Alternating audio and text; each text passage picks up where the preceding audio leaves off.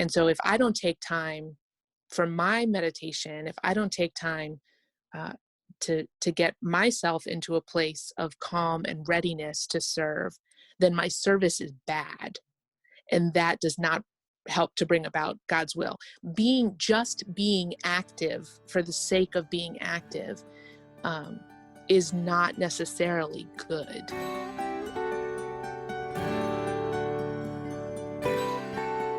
Welcome, everybody. You are listening to In the Company of Charity podcast. My name is Sister Liz, and I'm here with my good friend, Sister Elizabeth. Now, wasn't that easy to just say that and introduce us? You did that so well. We were fighting over who should do the introduction today. Yeah, because we go back and forth. She does it better than I do. So, before we dive into this episode, I wanted to just highlight the fact that the high in your part of the country this week is going to be what? About 12.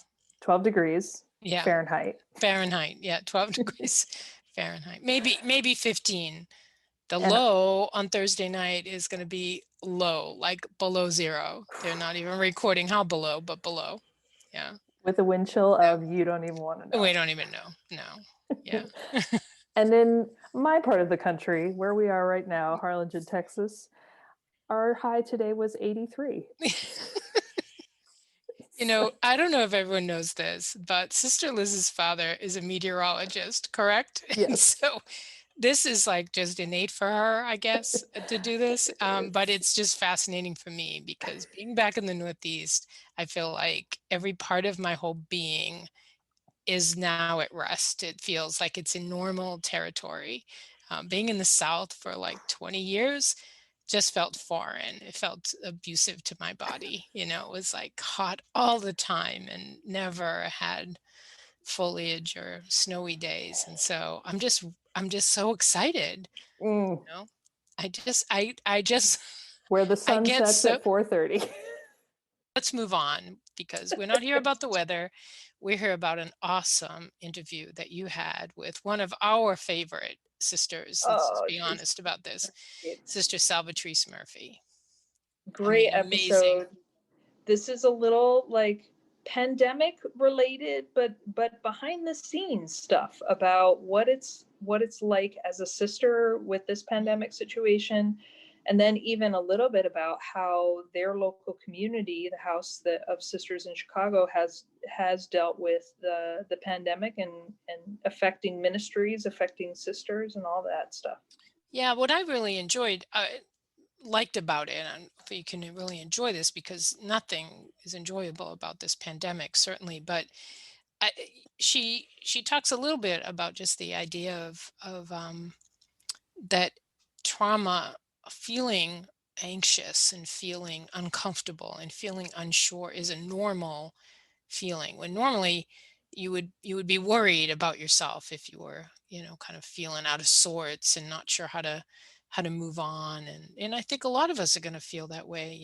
We've been in for so long that when it comes time to really bust out, go back to work and get kids back to school, and you have to calculate how long it takes you to get to work because all the school buses are in your way, and that's going to feel a little anxious. It's going to feel different. And so she just talked about how that was important to recognize it, own it, and if you need to, get help with that. Not to feel isolated in that as well, because you're not alone in that feeling. So I thought that was really important. And as you say, the impact on local communities, on sisters, has been really interesting, I think. And we'll have to kind of deprogram a little after this as well. So yeah, that key takeaway of being healthy and doing the right thing and being the best version of yourself in order to be able to help others. And that's just, it's huge, because sometimes we think that's selfish, but she makes a really good point in there about, no, actually it's being a good steward of God's gifts and who we are for the people that we're reaching out to. Yeah. I believe, I always have, that, the best health, best mental capacity, your best spiritual capacity, just being the best all-round person is the greatest gift that you can give those you serve. That you know that you're coming into that service without your own agenda, but being really open and capable of being able to be there for the other is really important. And so I think, yeah, she talks a lot about that, has some good ideas. You guys had great conversation. It Yeah. was good to hear you two together. I was like, oh, that's so cool. Because she's also a special sister friend of yours, I know. Yes, the gang's back together again. Yeah. So that was great. That was great. So I know everyone's going to enjoy it because everyone enjoys all of our podcasts. We know Every that. last one. Every last one. So enjoy this one as much as you enjoy all the others. And we'll see you on the other side in a couple of weeks. Awesome. Take care, guys. Bye.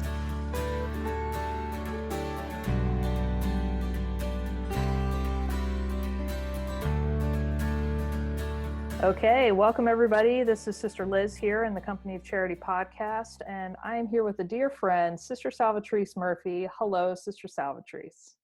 Hello. Great to have you. Excited for this conversation. Tell the folks at home a little bit about you and where you're from, where you are, all that good stuff. Okay. So originally from Washington, D.C. area, and I currently live in Chicago. And I'm a clinical social worker in my professional training. And I'm excited to talk to you and share what I know, whatever that is. Which is a lot. Very excited to have you. So just for a little timestamp context, we're recording this in the new year, and, shall we say, am I going to knock on wood that we're turning a corner in the pandemic? I'm not sure. I don't want to jinx it. But can you talk a little bit about sort of your experience in the community in Chicago as far as how did COVID affect you guys, and how did you have to be a little flexible and available, and what happened for you guys? Sure. Okay. So in my local community, we are 8 sisters. So we have a diversity of ministries. Several of us work for one of the daughter charity sponsored works, Marillac St. Vincent Family Services, which provides services across the lifespan, literally from prenatal to senior citizen. And then others are in different ministries around the city. So it's easier probably for me to talk mostly about Marillac, since that's where I am and what I know most intimately as far as ministry.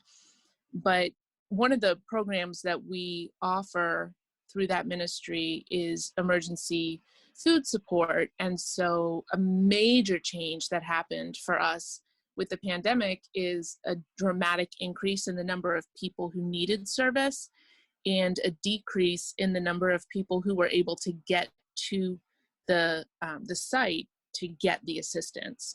For several months, like most of the country, we were under strict stay-at-home orders, and only essential, workers could go out and about. So fortunately, food pantries were considered essential, and so some of the sisters were on duty to work sort of behind the scenes at the food pantry in terms of like packing and organizing and record keeping. And others actually did the deliveries. 2 of our sisters actually did deliveries to homebound seniors in particular, to make sure that they had food throughout the entire pandemic. We also did a huge change in our service once the strictest stay-at-home order was lightened a little bit, and we were able to reopen the early child care centers. They're, of course, very different with all the COVID protocols and things like that. But because the Chicago public school system was doing remote-only learning, we had a number of families who the parents had to go to work, but the children were on remote-only learning, and so they had nowhere to go because they couldn't be at school. So we extended our after-school program and actually opened on-site remote learning classrooms for those children. So the parents could bring them to Marillac St. Vincent, and the staff at Marillac St. Vincent, the teachers there, the support staff for the classroom teachers, would help them log on, make sure they had the equipment. We increased our internet bandwidth so that we could support, hundreds of students online all at once. And then the staff helped them log on to their particular classrooms, and then monitored them and supported them and guided them throughout the day. So you had a teacher in a classroom who was managing students who were in different classes, all over the school system, but were all located like in that classroom. So it was a lot of work, an incredible amount of work, and the staff there really were pretty amazing and continue to be amazing as that program continues, because Chicago Public Schools are still in remote learning. Of course, right now we're closed for the holiday, but so that was a major, major change that we adapted in our ministry. For myself, my title, my job in the ministry is mental health consultant. And so I work across all of the programs. And while under normal operations, pre-COVID operations, I had a pretty specific kinds of activities that I was responsible for in each of the programs. But when we shifted to the remote learning and distance services, so like our prenatal, our doulas, and our early childhood parent educators who their entire program is based on home visiting. And of course they couldn't do that. So when that program went remote, it was a little bit of helping people cope with that. And then also learning how to engage and do teletherapy with clients who are referred to me, and to assist the parent educators and do the trainings and development and all the tasks and responsibilities that I would normally have done, but have to be able to now do remotely, which has been a pretty big change. So my own role has been somewhat similar in terms of supporting the mental health of our staff and clients, but very, very different in terms of the method of delivery and the content. I've had to increase my training and background in like coping with trauma and anxiety, because of course the situation of the pandemic in our community, our neighborhoods where our centers are located, were very hard hit. And so we had several staff members and several clients who either had COVID, some hospitalized, some not, and many staff who lost loved ones to COVID. So this is just an overwhelming sort of grief and sadness and fear that the entire community was dealing with, while at the same time trying to meet increasing needs and changing needs, and support folks around this whole new reality that we're coping with. So it's been pretty interesting. As a daughter of charity, I mean, our call is to be with people, accompany them. How was that for you? Especially obviously in the lockdown, your hands are tied in a lot of ways. Yeah. So can you say a little bit about that experience? So fortunately, some of our sisters were able to serve and had to undergo very extreme precautions, because of course with intergenerational living, we have sisters in this household who are in their 30s, and we have sisters who are in their 80s, and underlying conditions versus healthy. And so those who did go out in the midst, especially early on, before we knew as much as we know now, before protocols were standard, before mask wearing was even, advised. And early on in the pandemic, there was that whole back and forth, wear masks, don't wear masks, it's dangerous to wear them, it's dangerous not to wear them. There's a lot of fear and a lot of unknown. And the sisters who did go and do deliveries and things like that, had very strict protocol that they adhered to when they returned home. So when they returned home, they would immediately change clothes, take a shower, wash the clothing that they had been in, before having contact with any of the other sisters or wandering about anywhere else in the household, just to try to prevent, bringing the virus home to those who maybe were more at risk. So that was very challenging. And of course, that creates a difficult dynamic in the household too. Some people are going out every day, excuse me, and able to fulfill that desire to serve live and in person, and others were not able to do that. And so that affects mood. It affects, the way that people feel like interacting with each other. And of course, we know when you're stationary over a long period of time, that just has an effect on mood in general.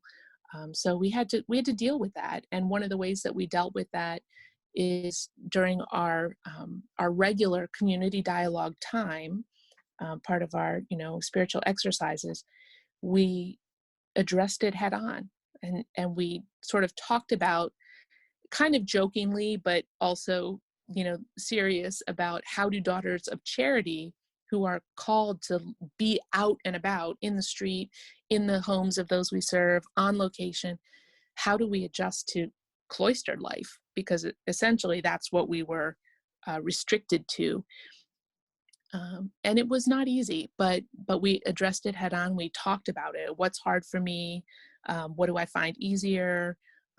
Where are my buttons getting pressed? Where normally I would be able to use this outlet, like going to exercise, for example. You can't go anywhere, so you could maybe walk around the neighborhood once we felt that was safe enough. But it was very challenging, especially for the sisters who were not able to leave the house at all. And so that was a big challenge. I think one of the hallmarks that we always talk about as Daughters of Charity, and and folks who are in discernment, these are things that it's helpful to think about, because if you're going to be in a monastery, become a Benedictine, like those are places where you're going to, where you're going to be, who you're going to live with. As Daughters of Charity, none of that is guaranteed for us. Being Right. missionary by nature, we're supposed to be out there, adjusting, available, mobile. And I think this pandemic situation, in the context of the greater call that we have, I guess you could say one of those lights in the darkness, if you will, is the reminder of our call to be flexible and to be able Mm-hmm. to adjust to any number of situations. And so, that's one of the things where we're actually going through the same experience that our clients are, Mm-hmm. dealing with fear, dealing with anxiety, trying to figure out how to make this life work at the time. You know what I'm saying? Yes. Yeah. And it's interesting because, like you said, everyone's going through the same stuff, although we may be moving through it differently depending on our resources and experiences. But we're all going through it. And as Daughters of Charity, one of the things that it raises for us in our spiritual development, for me in my spiritual development, is how do I adapt to the situation that God has put me in today, where maybe it's different from what I dreamed of, what I thought of, what I expected to be doing when I was missioned to Chicago. But the reality is our duty and our vocation requires that we respond to the needs that we are presented with, and allow God to work through us wherever we are, however we are. And so having a very different 2020 than anybody anticipated also provided an opportunity. There's certainly a lot of suffering, but also provided an opportunity to really spend some time with that aspect of spiritual growth, to say, what is God asking of me in the midst of this? What is it that that I'm called to be responding to? How am I meant to be growing? You know, how is God intending to use this situation to help me grow closer to Him and to be able to serve those in need in a better way than maybe I would have been able to had I not had this experience? So while it certainly was challenging and continues to be challenging, there's also a great opportunity for spiritual reflection and really trying to listen to God's direction, which is really the key piece. You know, when we talk about making a vow of obedience, you know, we're really talking about being able to respond to what we are called to do, told to do. And so having that practice and having more contemplative time than we might otherwise have just just, you know, by default, because you can't go anywhere. You can't. So there is more time, and to be able to apply that to some introspection and some listening. Uh, I think there's a possibility in our daily lives, pre-COVID, maybe post pandemic, you know, where as sisters you could throw yourself into ministry and not take that time or that personal responsibility to care for the things of your prayer life, your spirituality, okay. investing in it. And so maybe ministry could be, for lack of a better word, a form of escapism, where we're Yeah. not integrating those pieces of what should be a balanced life. And so have you seen that in your own spiritual life, or maybe in people that other sisters that you've been talking to, you know, the opportunity of developing a more integrated prayer life? Yeah, it's an interesting question to think about, because I can't really say that I've been able to see it. I think so much of that is internal. So, you know, what other sisters are going through, or how they're incorporating that, or integrating that, would be very hard for me to say.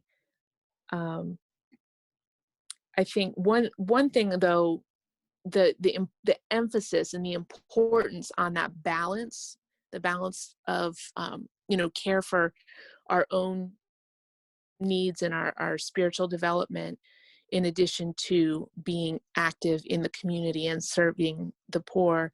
um, this situation has forced people, everyone, to be more aware of how they are doing. And I think that, and again, maybe because I am, you know, the mental health consultant, it's on my mind more than others, but having that constantly be at the forefront is, how is everybody doing? You know, what are the coping strategies that people are using? Are they healthy? Are they destructive? And how do you do it? I think Daughters of Charity have a tendency, I think escapism and sort of workaholism is one danger in our community life, but um, we also are at risk of working into a compassion fatigue, where our worldview is changed, and we don't stop to administer self-care, because self-care, I think because the word self is in it, people interpret it as selfish, Hmm. or you know, that's a luxury, that care for the self, time for the self is a luxury. And I think one thing that the pandemic has brought out is, it's not a luxury. It's not, it never has been. It's always been an important part of a balanced, healthy life. But the pandemic has brought that out, because the intense times are, there's a constant intensity of things.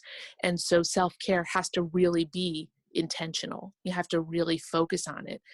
There is no separation. For those who are working from home, there is no separation. There's no commute. There's no walking out the door. There's no subconscious cue to end your workday and start your home life.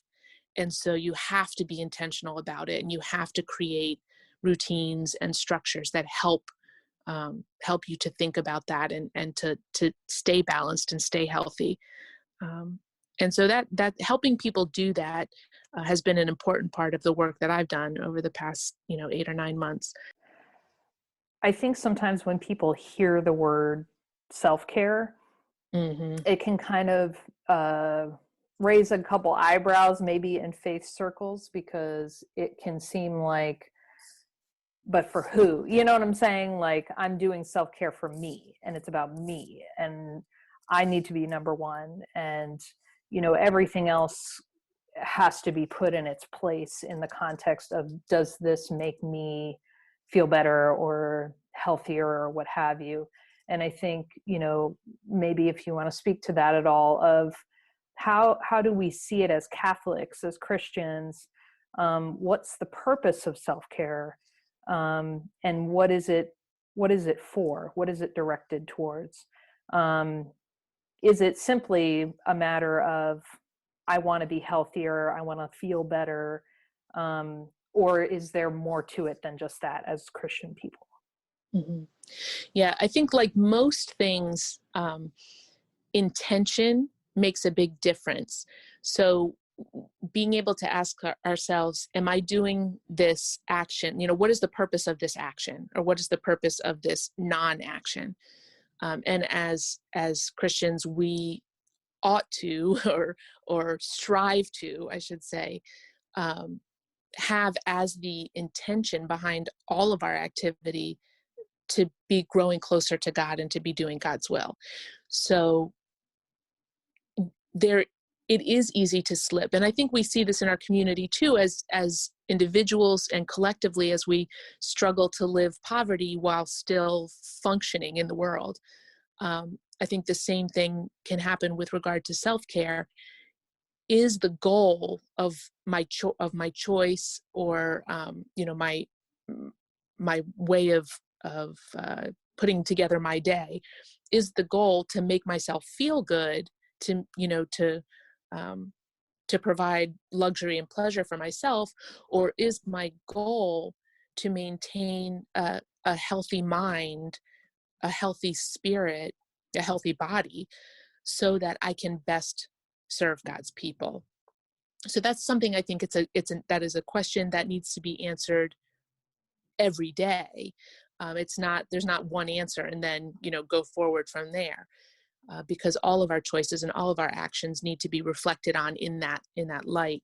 And self-care, again, I think people think selfish or luxury, but if your mind is not calm, if your mind is not organized, if your mind is in experiencing trauma and chaos and disrepair, so to speak, you are not helpful to a client who is in crisis. And so if I don't take time for my meditation, if I don't take time to get myself into a place of calm and readiness to serve, then my service is bad. And that does not help to bring about God's will. Being active for the sake of being active is not necessarily good. And so we need to always be constantly evaluating that. And I really like, there's an author, I think her name is Laura Vandernoot Lipsky, who wrote a book about compassion fatigue, and the way that she describes it, she talks about it as trauma stewardship, and that we have a responsibility to be good stewards of the cares and woes that people bring to us and how we manage them. And if we just are internalizing them and allowing them to affect our worldview, then we have not been good stewards, and we're not going to be able to serve well. So it's an ongoing thing. It's an ongoing thing. Great thoughts. What do you see? I mean, I know you talked about some of the clients that you've been working with, a lot of things about anxiety and fear and grief. because of various losses, a lot of them the loss of significant people and loved ones. What do you see as what's coming?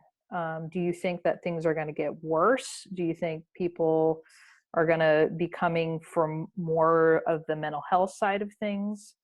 How do you see it based on your experience with clients so far? I think there's a risk, God willing, this isn't the case, but I think there's a risk of increased mental health crises as the pandemic begins to resolve, because as the world sort of renormalizes, the expectations are different. So when you're under a stay-at-home order, you are not expected to get to work on time, because you're not going anywhere, right? You're not expected to, make sure your kids are dressed and ready for school because they're not going to school. But as we start to go back, now we're doing remote learning, now we're doing remote services. As we start to go back to that sort of collective activity,